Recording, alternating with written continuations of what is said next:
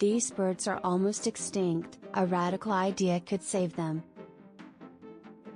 Climate change threatens habitats, pushing biologists to consider radical solutions for endangered species.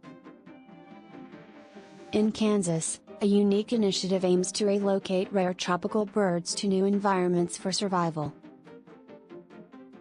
A beige shipping container serves as a temporary home for some of the world's rarest birds. Eric Arroyo prepares cinnamon-colored birds for their journey, hoping they will thrive in the wild. This innovative approach could redefine conservation strategies and provide hope for endangered species. Join us in supporting wildlife conservation efforts today.